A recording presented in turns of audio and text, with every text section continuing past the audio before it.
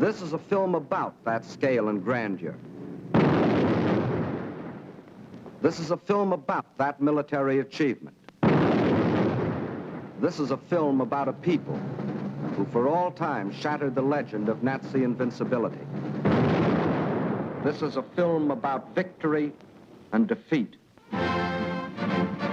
German victory and German defeat.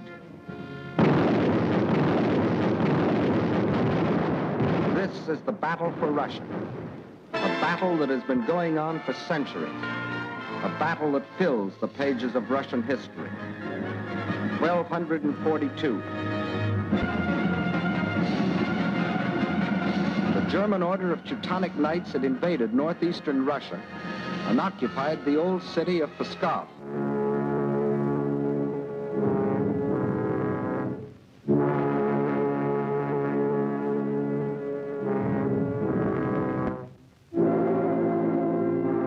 Under the leadership of their Grand Master, von Bock, they threatened to enslave the whole population of that area, including the capital, Novgorod.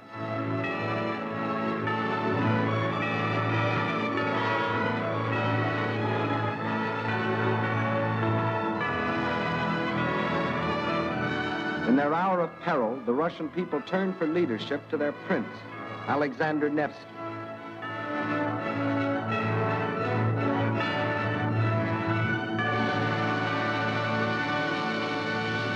And on April the 5th, 1242, on Lake Peipus, the Russians met the might of the German forces.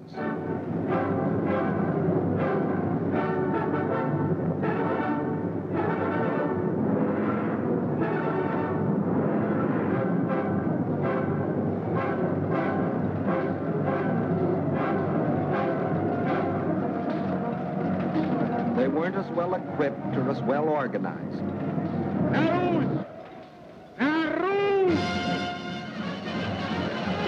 But in their hearts was a flaming courage, a flame so fierce that it pierced the German army.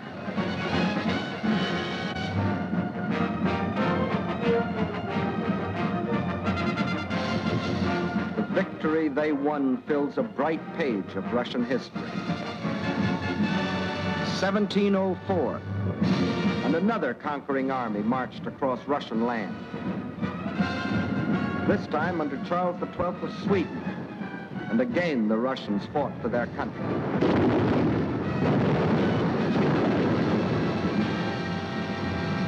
Led by their emperor, Peter the Great, after 5 long years of war, they defeated the Swedes in the historic Battle of Poltava.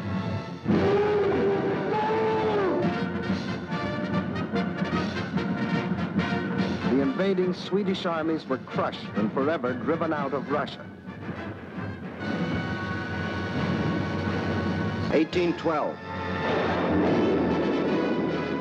Napoleon and his armies had blazed their triumphant way across Europe and were marching on Moscow.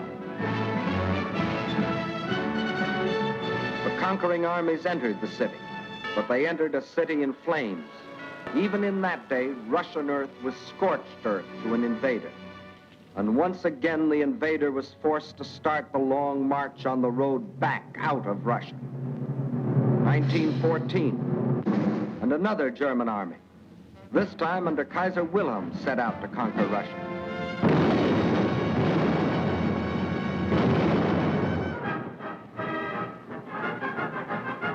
This time, the Russian people, under the regime of the Tsar, were not only fighting German guns, but oppression and corruption in their own country. And only the ultimate collapse of Imperial Germany saved Russia from losing the Ukraine and the Crimea, which the Germans had occupied in 1918. Yes, for 700 years, the Russian people have had to fight to defend their land against would-be conquerors. Why?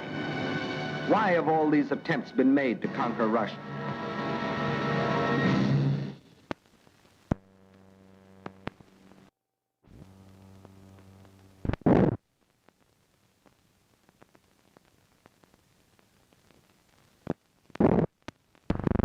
Perhaps Russia itself can provide the answer. Here it is, 1/6 of the Earth's surface, reaching from east to west nearly halfway around the world, and southward from the North Pole to the borders of India. One country of 9 million square miles. That's our own country 3 times over, or all of North America and 1 million square miles to boot. The sun never sets on Russia. When it is dusk on its western borders facing Europe, it is already dawn on its eastern borders facing the Pacific.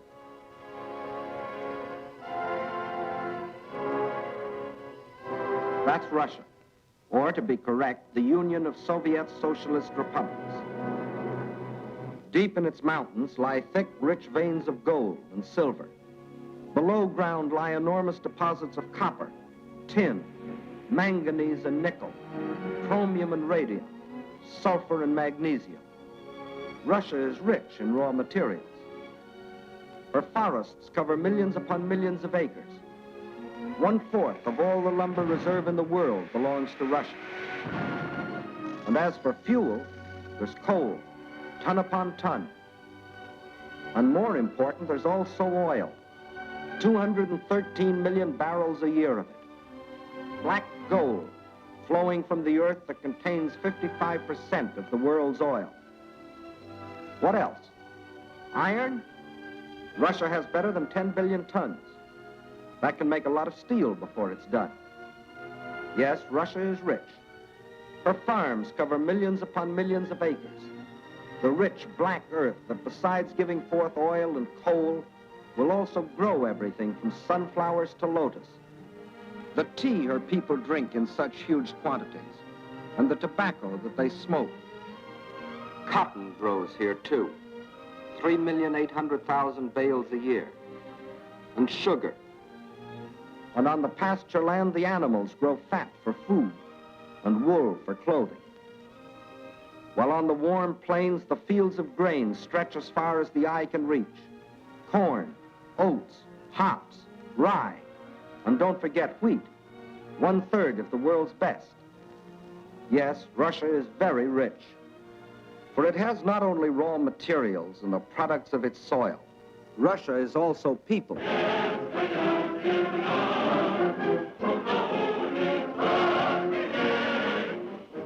193 million people.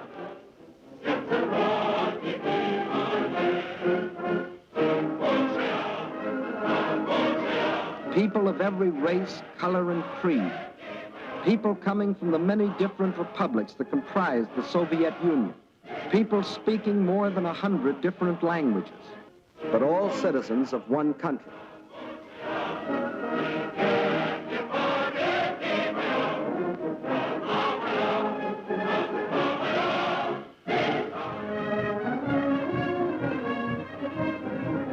Whether they are the great Russians, the descendants of the first settlers of this vast area, and for 1,000 years its main population, or Cossacks, the famous horsemen from the open plains of the Don River Valley.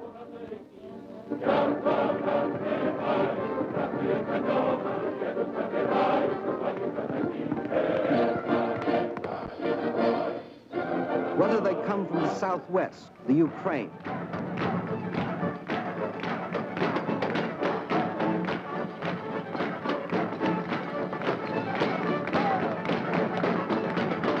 here in the breadbasket of the Soviet Union live the Little Russians, better known as Ukrainians, and beside them the Moldavians and Bessarabians.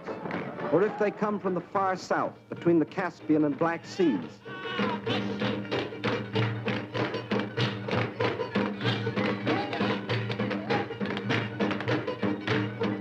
where we find the Armenians and the Georgians, the Ingush, the Cherkess, rugged as the high peaks of their native Caucasian mountains.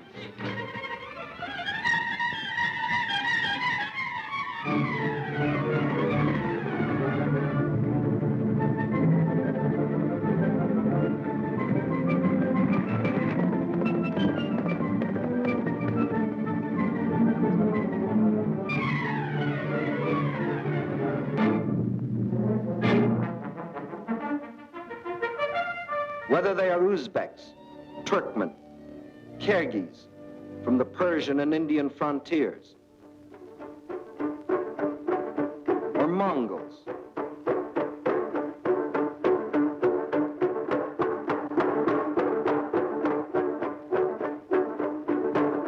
the Bashkirs, the Turco-Tartars, the Buryats, the Yakuts from far beyond the Ural Mountains, or the people of the ice country, hunters like the Zounds, or settlers like the Laplanders. Whether they come from the pioneering wilderness of the far north, or from a great city like their capital, Moscow, where the ancient buildings of an ancient civilization stand beside the modern structures of a modern civilization, where the old Russian droshka still competes with the modern limousine.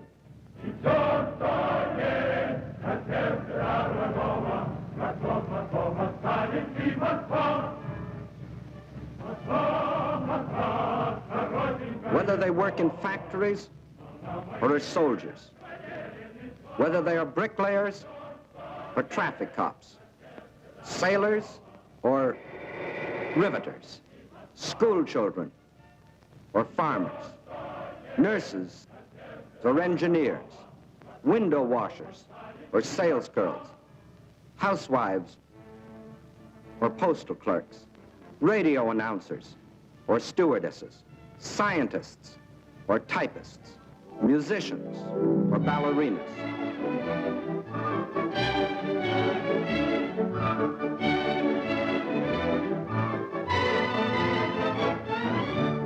Regardless of what they do or where they live, they all have one thing in common: love of their soil.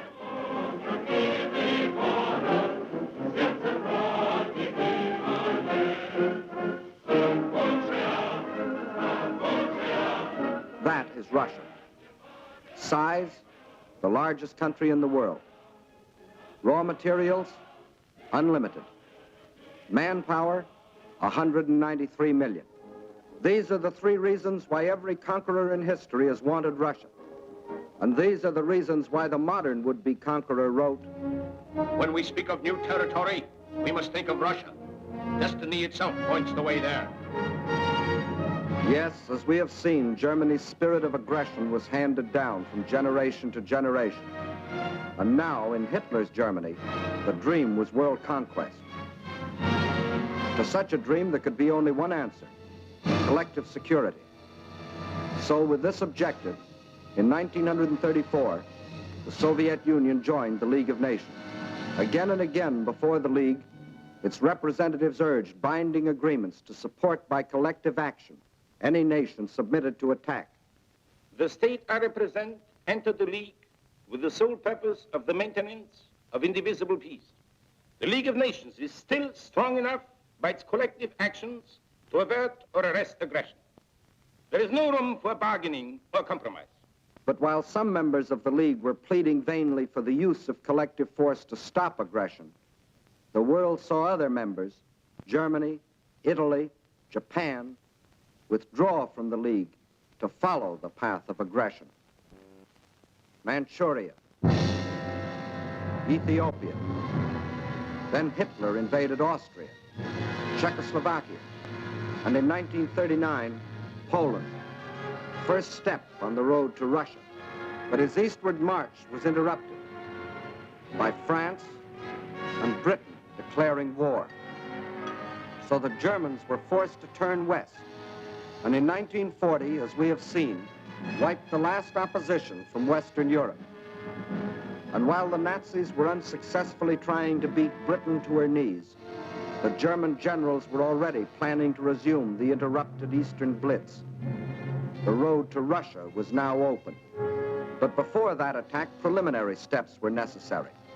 South and east of Germany are Hungary, Romania, Bulgaria, Yugoslavia, and Greece. And Hungary had grain, rich fields of it. Grain too good for Hungarians when German soldiers have such good appetites. Hungary had bauxite. Bauxite makes aluminum, and aluminum makes planes. and Hungary had an army. Not the battle-trained German army, but good enough to throw against Russian guns. Romania had not only grain, but oil, and Hitler needed every last drop to power his war machine. Romania also had men, more slave labor, more cannon fodder for the attack on Russia. And most important, Romania and Hungary both had Russian frontiers, and Hitler wanted those frontiers in the hands of German generals. Bulgaria didn't have a Russian frontier, but it did have bases.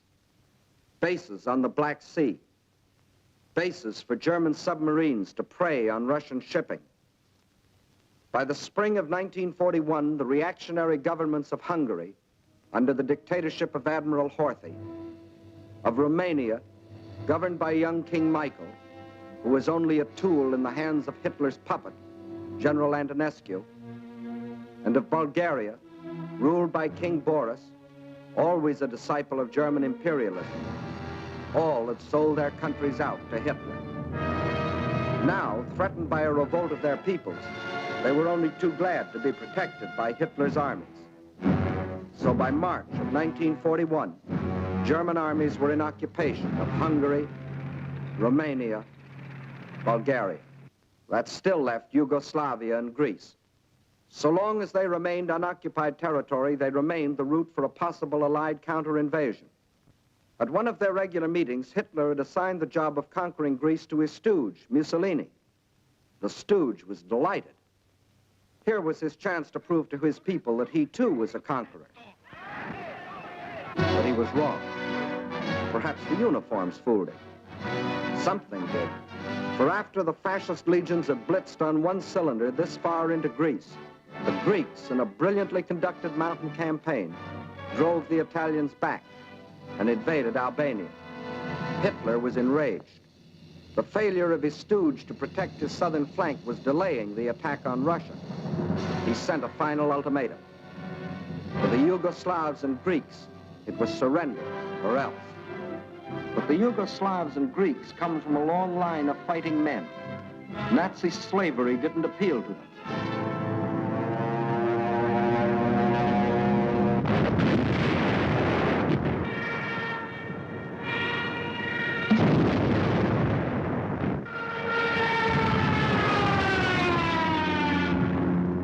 At dawn, on April 6th, German bombs told the Yugoslavians they were at war with Germany.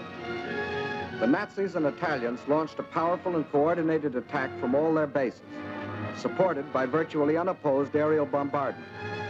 The conclusion was inevitable. Although resistance was determined, the Yugoslav army was cut up into many small segments and captured. The war in Greece also began on April 6th.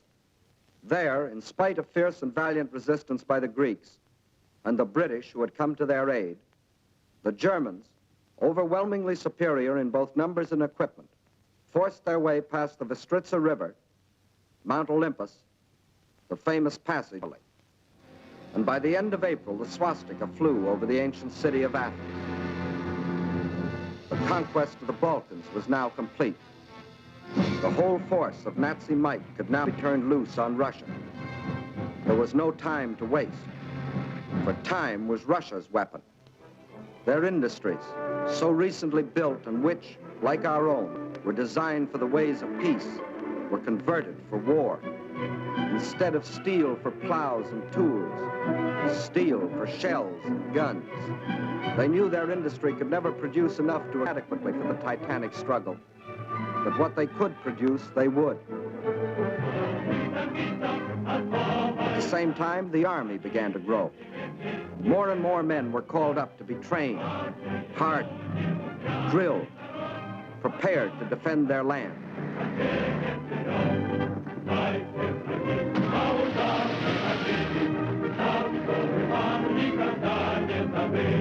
With the conquest of the Balkans, the Nazis had a solid front from the Black Sea to the Baltic, but the Russians had built themselves a buffer to take some of the steam out of the Nazi punch, no matter where it landed. But where would it land? When the blow came, it was from 5 different directions, and from the north, 1 extra, just for luck. That was the big day. dawn broke, nearly 200 Axis divisions, more than 2 million men, plunged into a front 2,000 miles long, reaching from the White Sea to the Black. Their aim, the annihilation of the Red Army in a decisive battle on the frontier.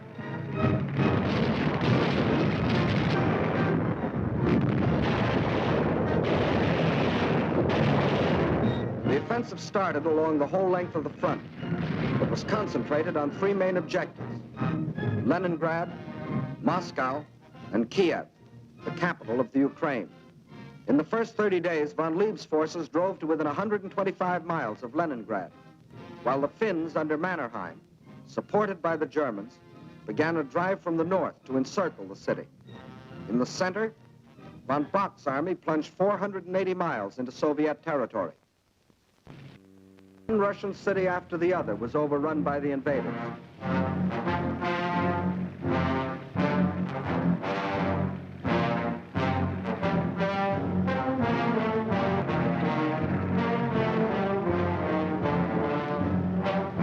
And on July 17th, they captured the first main objective, Smolensk, regarded as the key to Moscow. Simultaneously, in the south, von Rundstedt's forces cut deep into the Ukraine. This was blitzkrieg at its best. The world gave Russia another 6 weeks, and the Germans issued a communique. The issue in the east has already been settled. Smolensk is the last halt on the road to Moscow. But then a strange thing happened. For the first time since the mighty German army started its career of blitz, smashing into submission one European country after the other, that same German army came up against a country that did not submit. Despite the fact that Hitler's army swept deeper and deeper into the Soviet Union, and by October the 15th stood practically within the shadows of the Kremlin, despite the fact that the Soviet government and all foreign missions were forced to move to Kuibyshev, 700 miles to the east, despite Hitler's triumphant pronouncement, I can say that this enemy is already broken and will never rise again. Despite the fact that by December, 500,000 square miles of Russian territory, an area equal to the entire Middle Western United States, had fallen to the invaders. Yes, despite Russia's loss of her best agricultural areas, her most thoroughly developed industrial plants, millions of her people, thousands of her tanks and her planes, despite everything, those 6 weeks had lengthened into nearly 6 months, and the dread Nazi blitz had spluttered, stumbled, and finally died. What had happened here? Let's try to analyze it. First, in this titanic struggle, not only 2 armies, but 2 fighting methods and 2 strategies came face to face. The German strategy was based on the well-tried Keil and Kessel, or wedge and trap maneuver. One wedge would be driven deep into the enemy territory to hook up with another spearhead driven through to meet it. In the trap thus formed, the victim would be pocketed for annihilation. The German plan in every campaign was to seek a decisive battle at the moment of invasion. A single blow must destroy the enemy without regard for losses. A gigantic, all-destroying blow. Remember the campaigns you have already seen in these films. Poland, the Poles concentrated on their borders. The Blitz broke through. 18 days finished Poland. France, the Allied strength on the borders. The breakthrough at Sedan, and the issue of France was settled. The Balkans, the Yugoslavians rushed to the border. The breakthrough came, and in 12 days, Yugoslavia was gone. The Germans planned the same blitz against the Russians. But the Russians had developed their own strategy, one to take full advantage of the vast area of their land. The Russian strategy was a defense in depth, line after line, far back into the interior. And when the Nazi wedge struck, the first line would bend with it until it became part of the second. Again, the wedge would strike. Again, a segment would be lost. But again, the line would bend until it became part of the third. So the deeper the Germans plowed into Russian soil, the stronger their opposition. until finally they faced an unshatterable wall and were robbed of their chance to hit that all-destroying blow they had counted on. The result? The Germans conquered land and lost the campaign.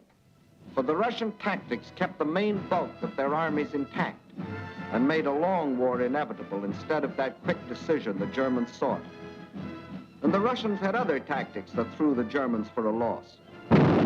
Germany had developed blitz warfare, mechanized warfare, armies on wheels, juggernauts to crush everything before them. But the Russians found a way to drag them out of their traveling fortresses. They used their cities as strongholds and made the blitz come to them down alleys.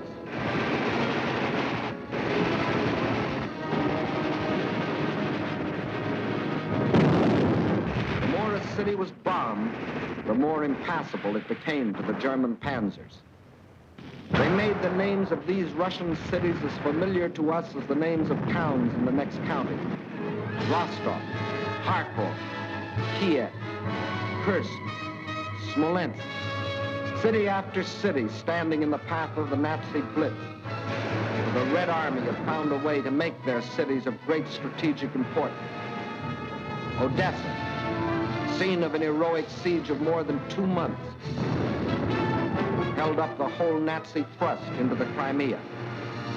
Sevastopol, which resisted every attempt of the Germans to break through.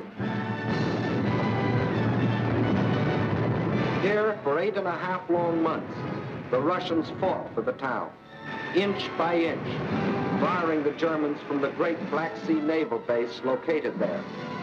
And finally, when the Germans entered the town, each district was defended street by street. Each street house by house.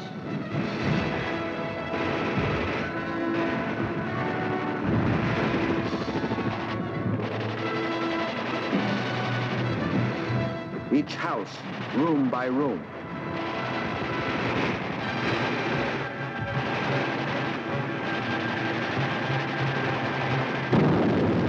The Russians knew their cities would be demolished, but their objective was not to save cities, but to destroy Germans. A high price to pay for a copy of Mein Kampf. So the Germans were forced out of their armored shells to fight and to die in the hand-to-hand combat they thought they had abolished. There was another item the Germans had overlooked. They overlooked people. And generals may win campaigns, but people win wars. And on that fatal June 22nd, when the Russian people first learned of the invasion of their country, their grim faces told of their determination to fight and to die, but never to surrender. They knew this wasn't a question of who occupied what piece of land. This was a question of life or death. This war is not an ordinary war. It is the war of the entire Russian people, not only to eliminate the danger hanging over our heads, but to aid all people groaning under the yoke of fascism. So the alarm was spread to factory and farm. And from every Russian town and village, men poured forth to answer the call. From now on, one thing mattered and one thing only: victory. Total war meant total mobilization. Not war just for soldiers, but war for everyone. Young or old, male or female, made no difference. Age had nothing to do with it. If you were only 12 years old, there was work for 12-year-olds to do. Sex had nothing to do with it. If you could hold a rifle, you were a soldier. If you could turn a lathe, you were a soldier. If you could harvest the fields, you were a soldier. If you could handle a locomotive or pilot a ship or guide a tractor, you were still a soldier. For everything you did was part of that total war.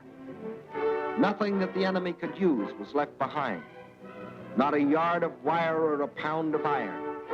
Not an acre of wheat or a head of cattle. And the old men stood watch over the fields, ready to give the word to burn at the first sight of the enemy. Scorched earth. What can't... Scorched earth. What can't be withdrawn must be destroyed. That meant the factories, the plants, the oil depots. Flames claimed them all.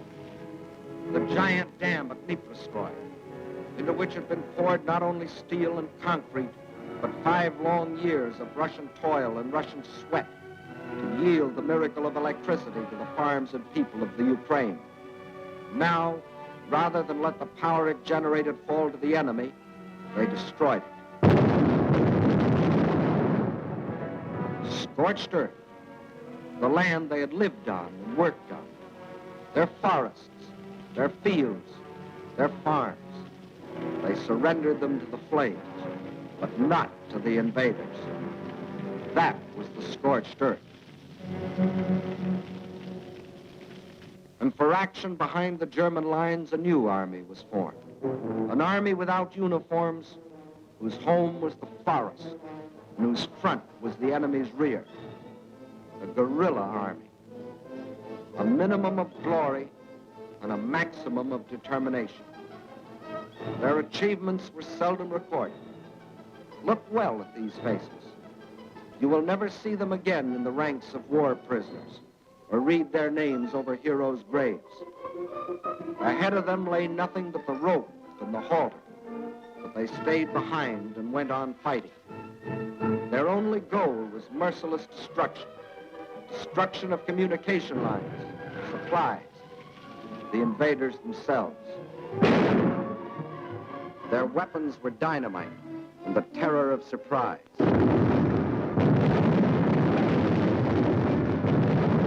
They asked for no mercy, and they gave none.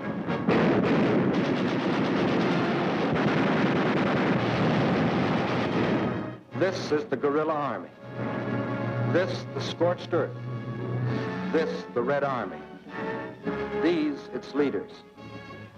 These are the reasons why, although the Germans conquered land, 500,000 square miles of it, it was just land, barren land, scorched land. These are the reasons why, after 5.5 months of blitz warfare, after coming within sight of their goal, the Germans were stopped at the very gates of Moscow. These are the reasons why, although Hitler had sworn that before December the swastika would fly from the Kremlin towers, December had come, but it wasn't the swastika that flew over the Russian capital. And it wasn't the Nazi conquerors who marched through the streets of the ancient city, but fresh reserves of the Red Army.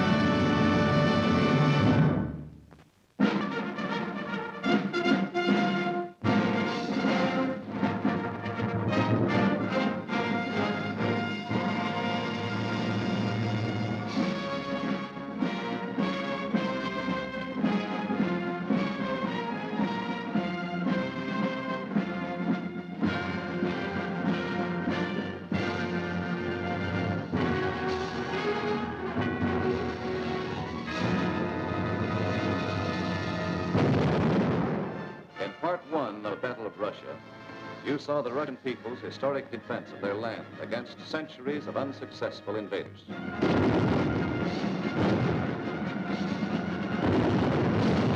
You also saw how after 5.5 months of Nazi blitz, the Russians stopped Hitler at the very gates of Moscow, and how, in spite of Hitler's prediction that by December of 1941, the swastika would fly over the Kremlin towers. December had come, but it wasn't the swastika that flew over the Russian capital. And it wasn't the Nazi conquerors who marched through the streets of the ancient city, but fresh reserves of the Red Army on their way to reinforce and relieve the front lines.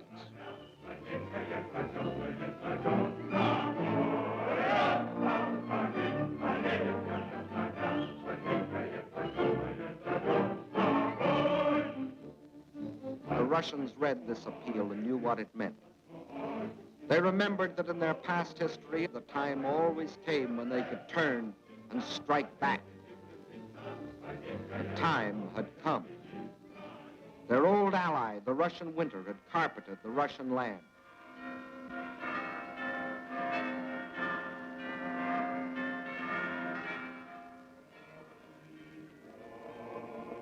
And while in the churches of Russia, men of God prayed for victory against the invader,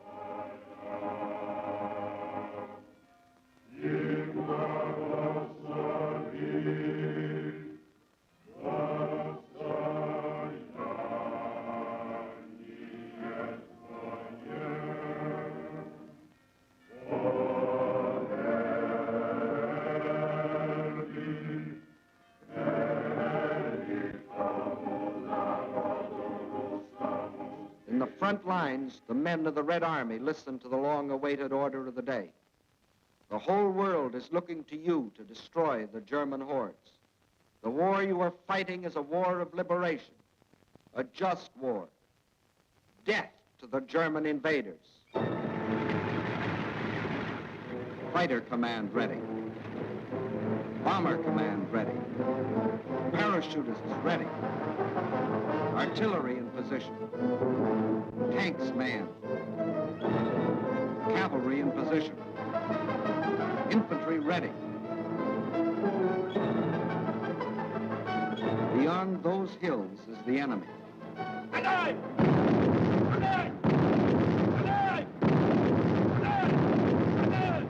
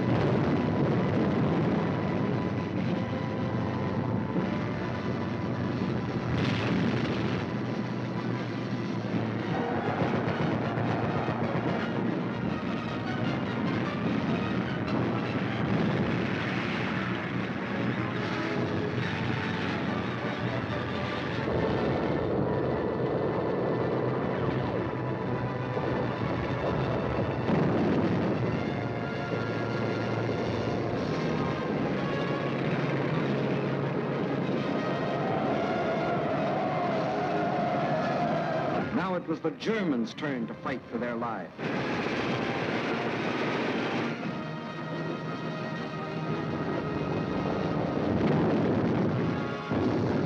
Now, for the first time, it was the German army that retreated.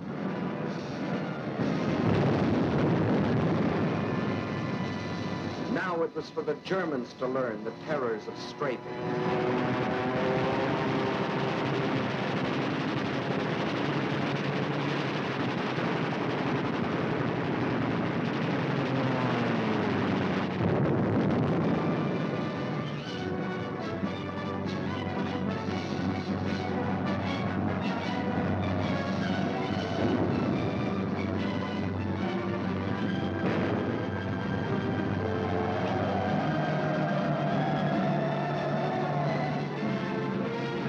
Village after village, town after town, on the Red Army swept through the country which for days and weeks had been under the invaders' yoke.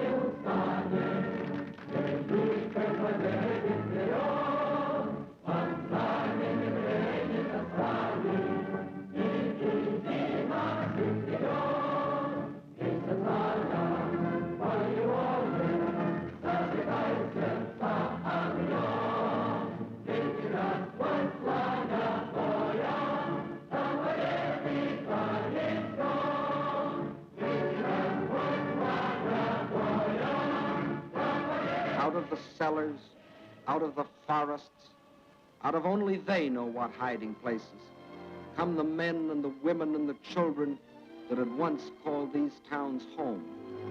Soldiers and guerrillas find wives and mothers. Friends are reunited. There is thanksgiving in their streets, thanksgiving in their hearts. But there is also something else, something they will never forget, their ruined homes, the shattered towns they once had known as thriving and prosperous communities. They stand gutted now, ghostly relics of what they once had been. Nothing has been spared.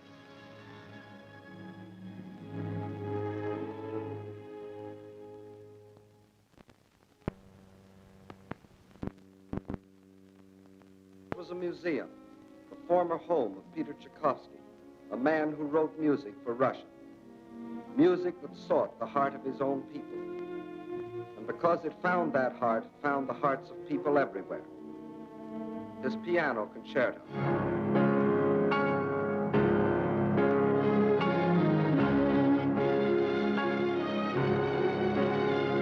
The Fifth Symphony.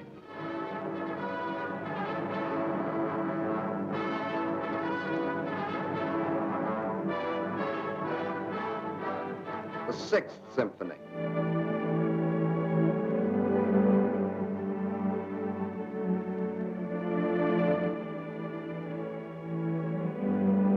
His work was, is, and always will be inspiration to countless millions. But it brought only one inspiration to the Nazis: vandalism.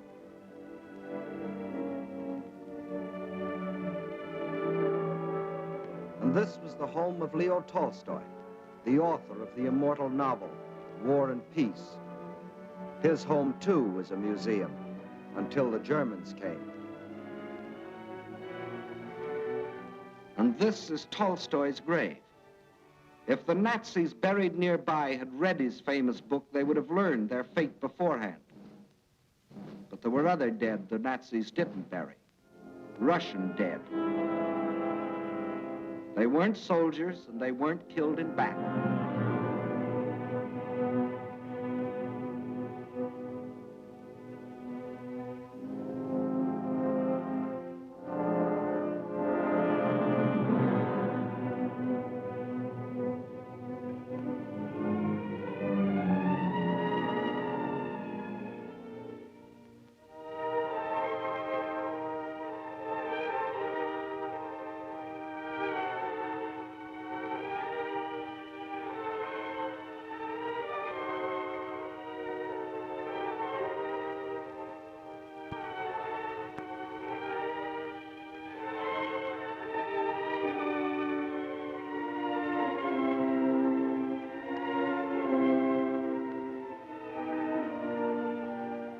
No, these aren't dolls.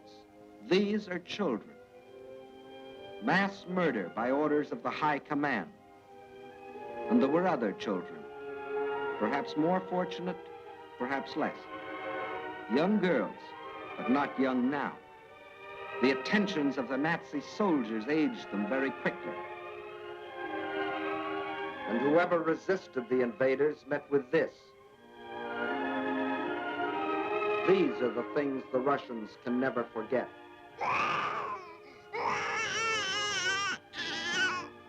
These are the things the Russians will never forget.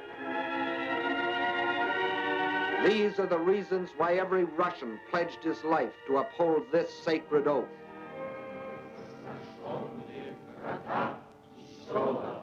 За смерть детей и матерей наших. За смерть детей и матерей наших. За пытки и издевательства над моим народом. За пытки и издевательства над моим народом. Я клянусь мстить врагу. Я клянусь, что скорее умру в жестоком бою с врагами, чем отдам себя, свою семью и весь народ мой. Рабство командного фашизма. Кровь за кровь. Кровь за кровь. Смерть за смерть. Blood for blood. Death for death.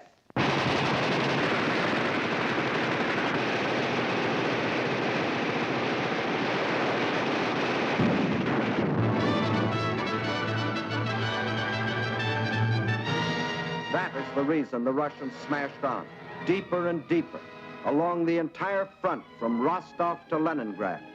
Nowhere could the tide of Russian pressure be stopped. And by spring of 1942, this area was delivered from the Germans. But this was not the important result. Not that this town or that village was retaken, but that the whole legend of Nazi invincibility had been shattered. German armies could retreat too. German armies could be defeated. German troops could be captured.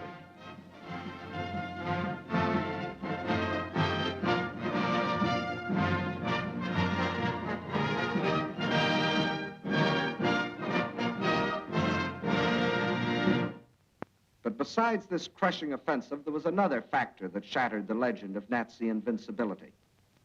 That factor, which will live forever in the history of this war, was written by the people of this city.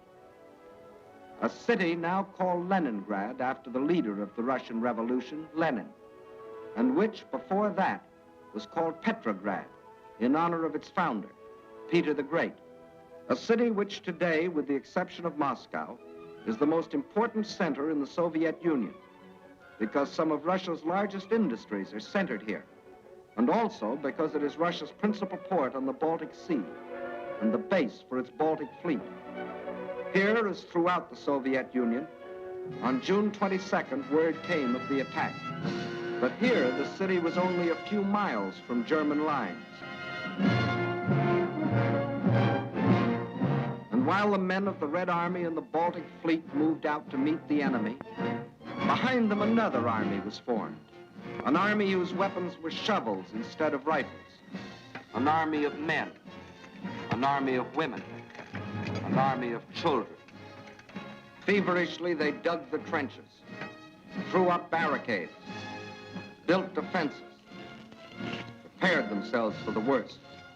They knew that they too were in the front line. They weren't wrong.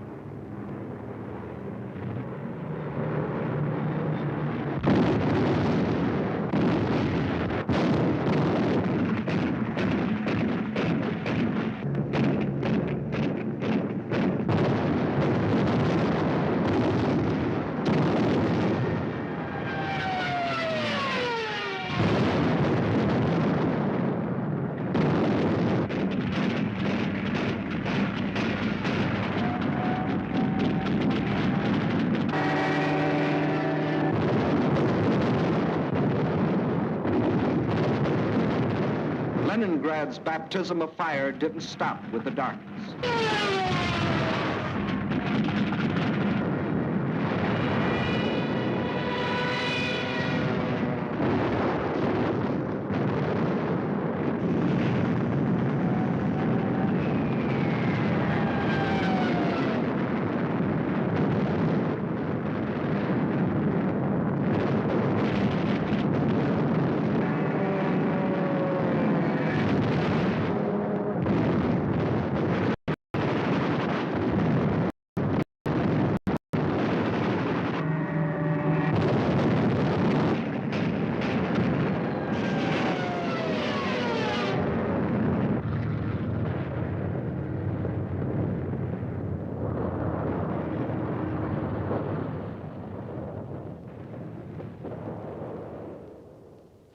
Finally, the morning comes, and the people of Leningrad dig themselves out from the ruins.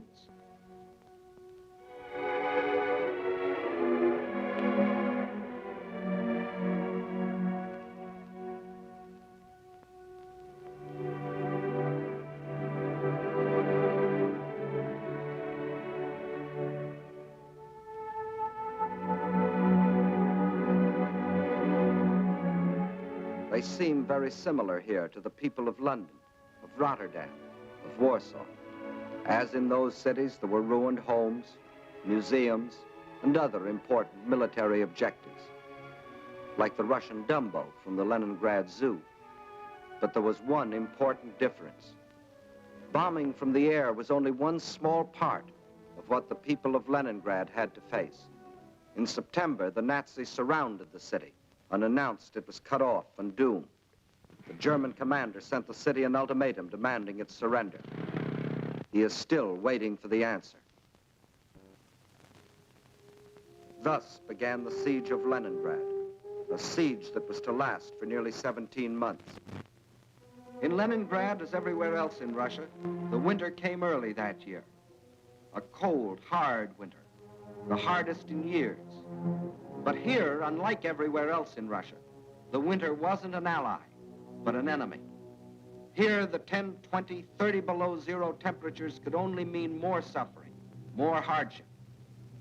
In the trenches outside the city, trenches of snow and of ice, the defenders stuck firm to their oath, to die if necessary, but not to go backward one more step.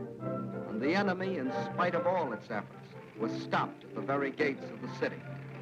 A city now facing disease, famine, destitution. There was no oil for fuel, no power for the electric lines, but the people defied the elements and trudged the necessary miles to lathe and workbench. The pipes froze, water was shut off, so they dug holes through the streets until they could get to water.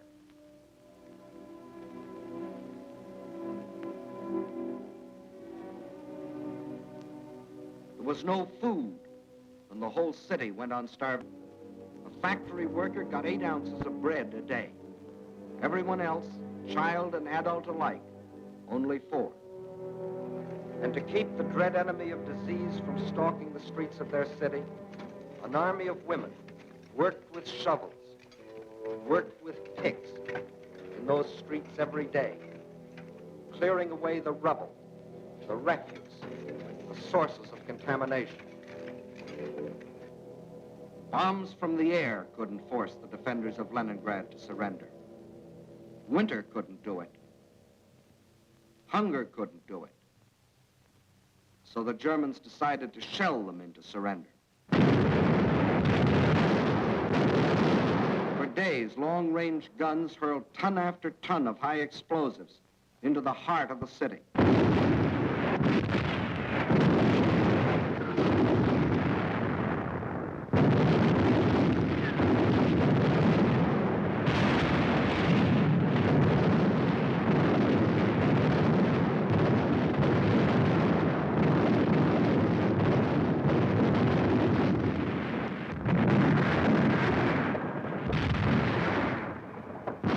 The more the people of Leningrad were shelled, the harder they worked.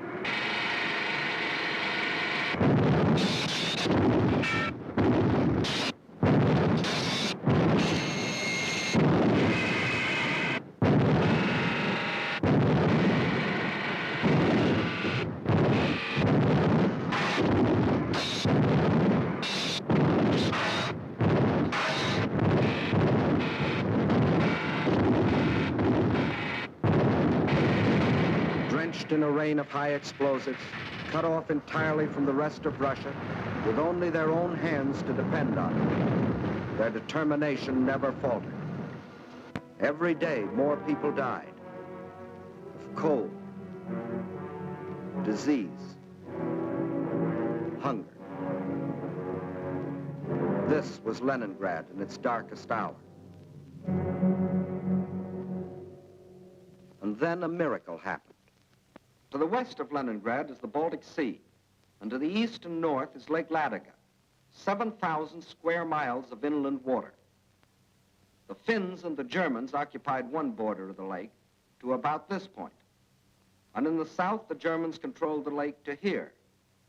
Between these 2 points was a stretch of lakefront still in Russian hands, but there was nearly 100 miles between this shore and the beleaguered city.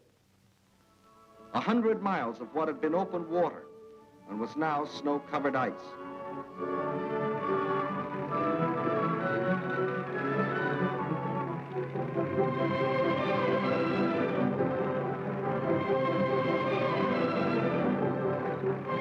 Across this frozen surface now went tractors, sledges, carving a road across the lake.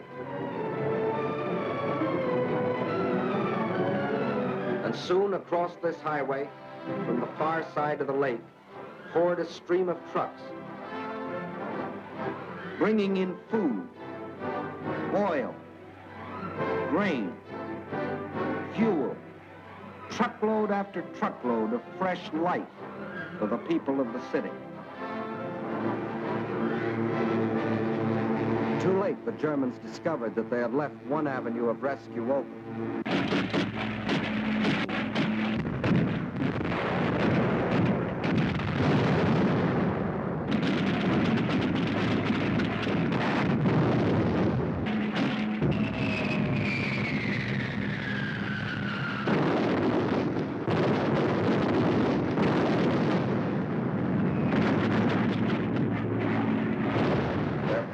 Bombed the road, but the trucks kept rolling, by day and by night.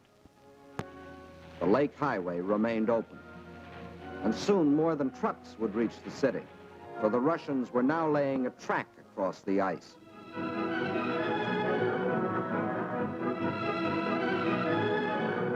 To the heroes of Leningrad, says the inscription on this locomotive as it starts its pioneer voyage. From the far shore of the lake, it brings food, medicine, supplies of all kinds. Across the lake and into Leningrad, this train is but the first of many. Trains that not only brought in supplies, but that could take out the wounded, the sick women, the half-frozen children. All those that needed better care. All winter long, the lake traffic continued. And all through that terrible winter, the men of the Red Army, outside the city, found the strength not only to defend, but to attack. Time after time, they hurled themselves against the invader, driving him inch by inch back from the city's outskirts.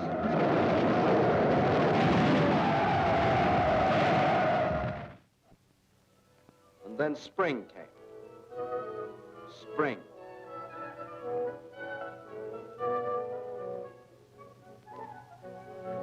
Outside Leningrad, the snows begin to thaw, and German bodies are washed from their icebox graves, mute evidence of Russian tenacity. The warm breath of spring is felt, too, on the frozen surface of Lake Ladoga, but the trucks continue to roll, even though the ice is melting beneath them.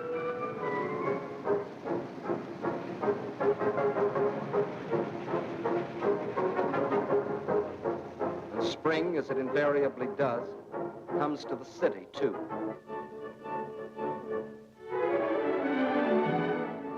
But spring is more than a new season to the people of Leningrad. It's a new life. The city begins to breathe again. For the first time in months, the trolleys ran.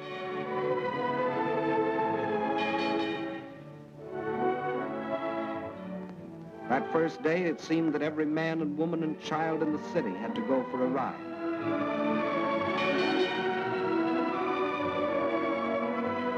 This was life again. Life for the Leningrad children that weren't killed by Nat's horrible winter. Life for the Russian WACs, the women of the Red Army. And for the Russian waves, the women of the Red Fleet. And for the sailors of the fleet themselves, the artists of the famous ballet theater have come to offer entertainment.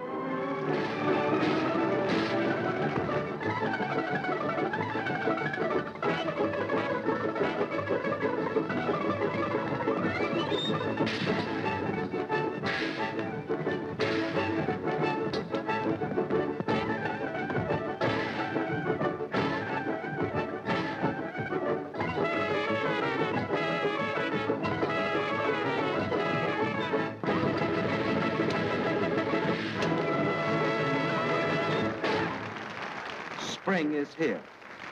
Summer is coming. And Leningrad is still free. Although some Germans did finally succeed in getting into the city. But under different circumstances than they had anticipated.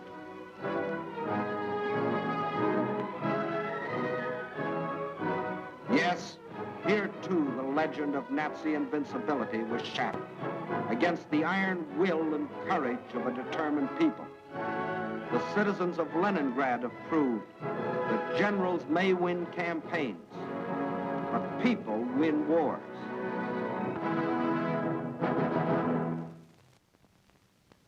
By summer of 1942, new posters were appearing in the streets of Moscow. Posters that greeted and welcomed their allies. Allies whose help was already arriving in Russian ports. Allies whose friendliness had sent drugs and food and warm clothing to help sustain them in their darkest hour. But in spite of all this, the staff of the Red Army knew that they still faced the most powerful enemy in history, and that that enemy would attack again. But when this attack came, the whole German strength was to be concentrated on one objective, the Caucasus and oil. The Caucasus Mountains represent one of the toughest military obstacles in the world. Towering peaks rising to heights of as much as 18,000 feet, with only one practical highway traversing them. And Baku, the biggest oil field, is on the other side. To reach Baku, the only feasible military route was along the coast to the Caspian Sea. But the map shows what a dangerously extended supply line this would entail.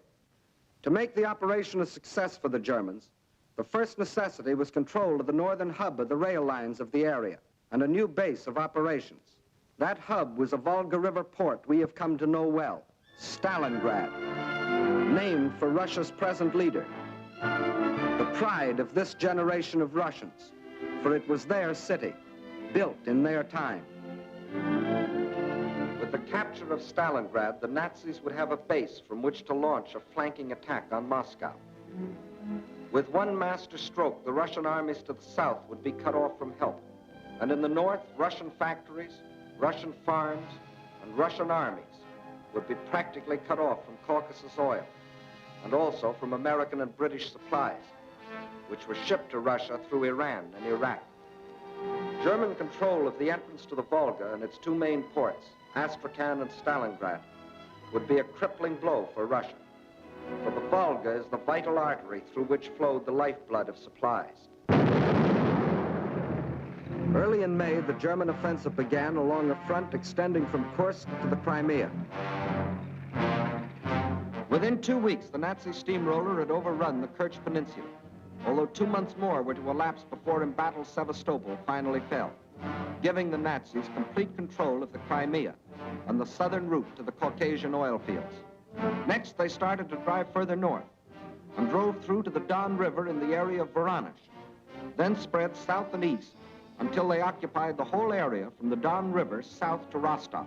This left them in perfect position to strike against Stalingrad. Further and further south, the drive plunged on.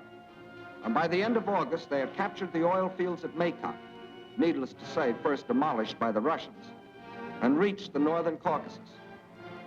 Yes, the Germans were only a few miles from their goal, the oil fields at Baku.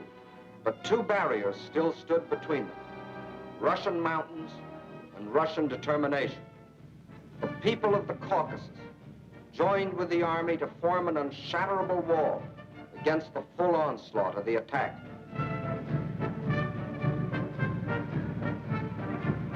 Further north, the Nazi pincers were within 15 miles of Stalingrad. This city had become the focal point of the whole campaign. Regardless of the cost, Stalingrad must be captured. Those were the German orders. Fire! Fire! German guns, German bombs shattered the city into pieces.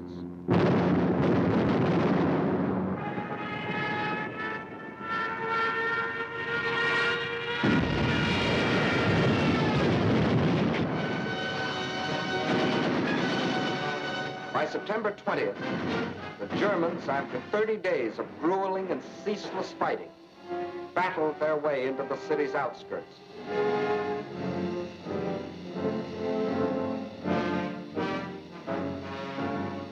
By the end of the month, their drive had carried them through the whole northwest section of the city and into occupation of part of the center, including the railroad station. On the last day of September, Hitler announced that the fall of the city was only a matter of a few days. Once more, the world was afraid a Russian campaign was lost. But once more, the Germans were to stand on the very threshold of victory and still fail. And now they were to meet a fire of fury such as they had never known.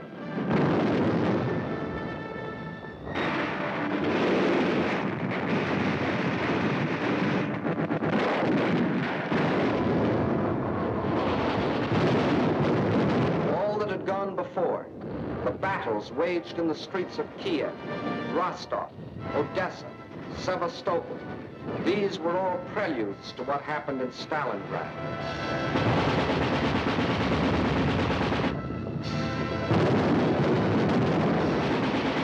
Every inch of the city was a strategic point to be defended as such.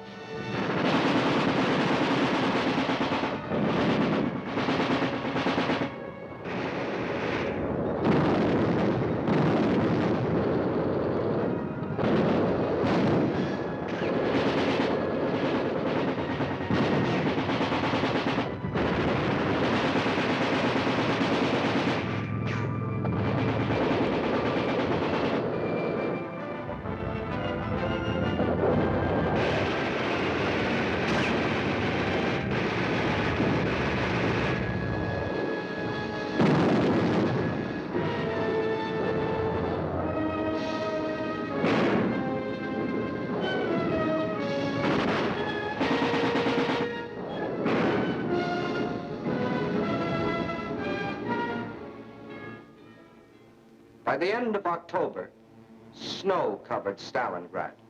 From the air, the Germans tried to force the surrender of the Russian-held part of the city.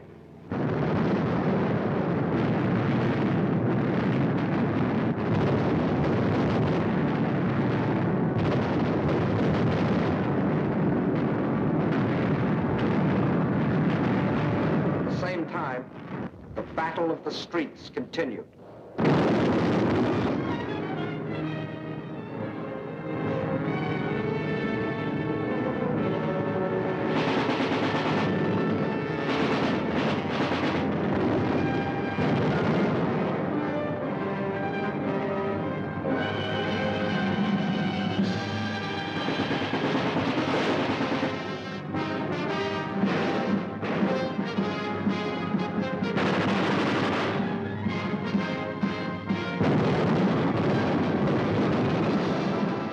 November dawned, the Russians were no longer defending their city inch by inch. Inch by inch, they were regaining it.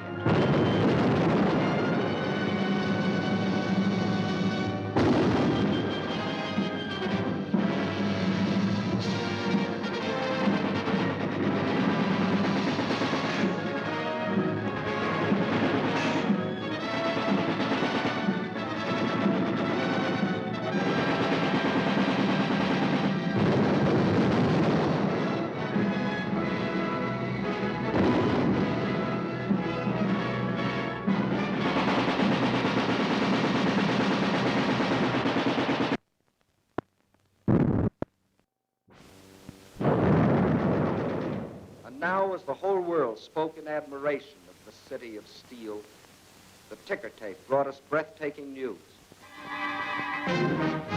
American and British troops had landed in and occupied North Africa. Further east, the British Eighth Army was driving westward, pursuing the vaunted Africa Corps. And in the northeast, the Red Army had launched its smashing counteroffensive. The Germans were learning the real meaning of the words combined operations. As though a spring had been released, Russians attacked along the entire front. In the far north, the Germans felt the first impact as the Russians recaptured Schlüsselburg, breaking the Axis ring around Leningrad. Soon after, another offensive lashed out further south, bypassing the Germans' defense position at Rzhev and plunging down to Veliki Luki. Still another Russian blow fell in the Voronezh area, pushing a threatening spearhead deep into the German lines. In the far south, the Germans were moving away from Grozny, instead of toward it, under the force of the Russian attack. At Stalingrad, the Germans were about to meet new opponents.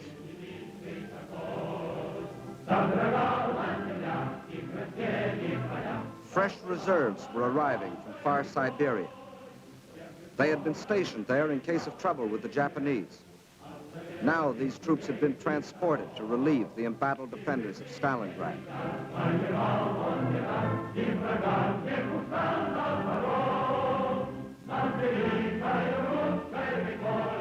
And as the reserves entered the city, at headquarters, the commanders of 3 Russian armies were meeting.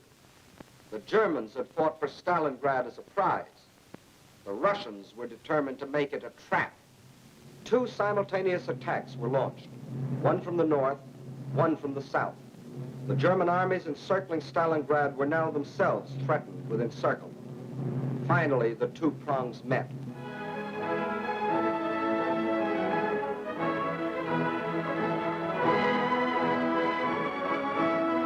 These battle-hardened soldiers of the Northern Army and soldiers of the Southern were emotional as children as they greeted each other. They knew this meeting meant the salvation of Stalingrad and of their country. And on this Christmas of 1942, the people of the Soviet Union can celebrate with happy hearts. They have received a most precious gift from the men of their army, the assurance of ultimate victory. Just as in our hometowns, it is the Children's Day in Moscow. It is a happier Christmas this year. Today, there are no German bombers overhead.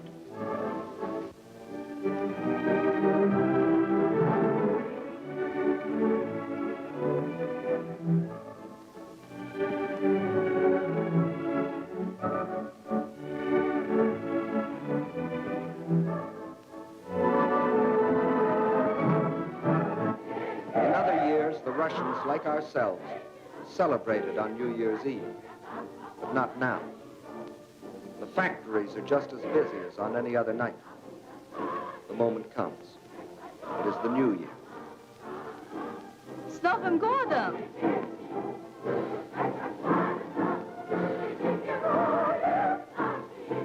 And at the front, the greeting is the same, up to a point. С Новым годом, гвардейцы! Огонь!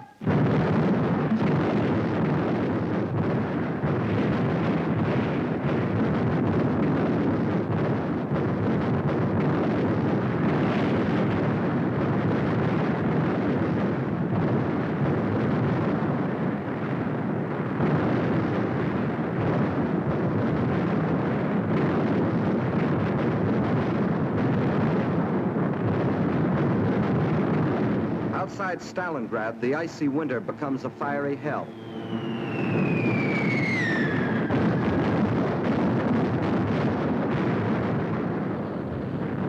Here are concentrated the latest in Russian equipment. Flamethrowers, ice gliders, used here by shock troops to capture airfields in advance of the main army. Rocket guns, Katyusha, the Russians call them.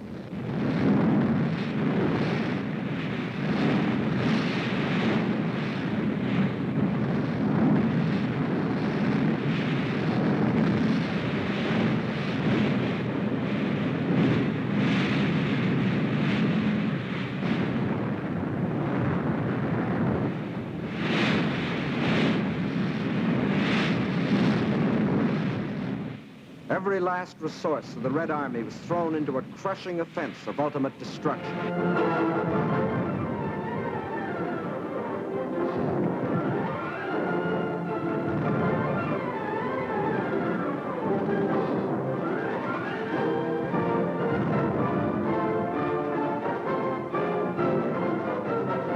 This was Kyle and Kessel with a vengeance, but the Nazis were getting Kesseled instead of the Russians.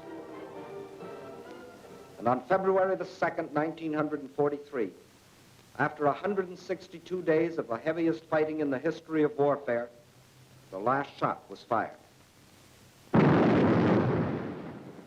peace came to Stalingrad. In the shattered streets, the blasted ruins, the ghastly evidence of their ordeal, the defenders of the city greet the rescuing army of the dawn.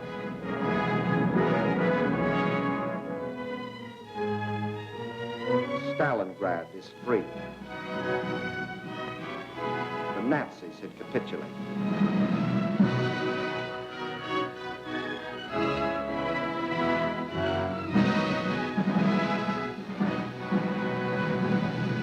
The German generals who had been ordered by Hitler to take Stalingrad regardless of the cost, and who had obediently promised that the city would be his, these generals, 24 of them, who had covered themselves with such glory and such medals on the fields of Poland and Norway and France, they now had only their past glory to comfort.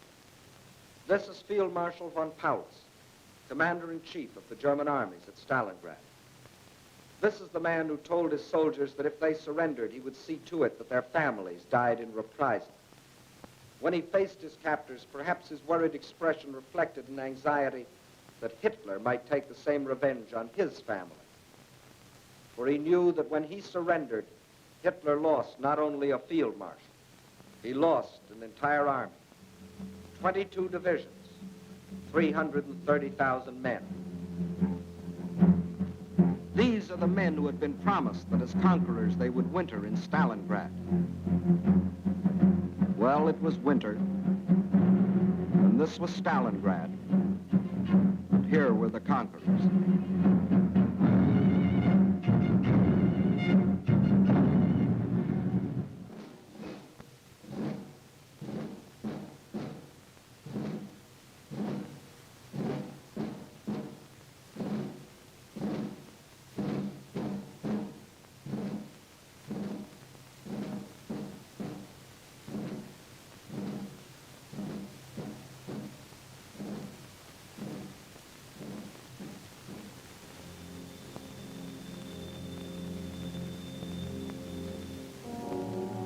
And when another spring broke over the Russian countryside, the results of the winter were clear.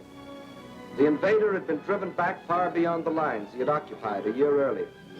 185,000 square miles of Russian land had been freed. And in this winter campaign of 1942, the Axis powers had lost 5,090 planes, 9,190 tanks, 20,360 guns, 30,705 machine guns, more than 500,000 rifles, 17 million shells, 128 million cartridges, vast stores of other materials, and 1,193,525 men, of whom 800,000 were dead. That is the story to date of the German attempt to conquer Russia. In 1941, they tried for Moscow and failed. In 1942, they tried for the Caucasus and failed. In 1943, and for as many more years as necessary, they will not only be resisted wherever their failing power strikes, but they will be attacked, attacked, and attacked by these united people of these united nations.